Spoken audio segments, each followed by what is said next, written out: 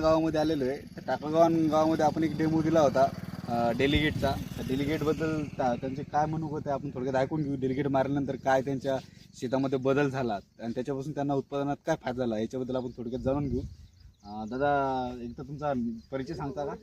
माझं नाव अंगद लक्ष्मणराव वाहक, गाव टाकळगाव, तालुका जिल्हा परभणी. बरं, डेलिगेट पासून तुम्हाला काय फायदे मिळाले की जेणेकरून आपल्या उत्पादनात सुरक्षितता निर्माण झाली? जिरिकेट मारल्यामुळे थ्रिप्स आता 90% थ्रिप्स होता. तर सध्या थोडा बी थ्रिप्स राहिलेला नाही आणि कापूस हिरवागार झाला. आणि खाल्ले पाती समजा ठोकर खाल्ले, बोंड जरा ठोकर झाली. ठीक आहे. बरं, बोंडाचा आकार वगैरे कसा वाटते तुम्हाला? बोंडाचा आकार जरा ठोकर आहे. खालच्या साईडला बोंड कशी आता व्यवस्थित लागलेली? व्यवस्थित लागले खाल्ले साईडला बोंड, व्यवस्थित लागले खाल्ले साईडला बोंड. एका झाडाला साधारण बोंड किती दादा आपल्या सध्या 30 बोंड आहेत बा. 30 बोंड आहेत. आणि वरती माल कसा आहे? माल नंबर 1 माल आहे बघा. बघा पाती कसं काय.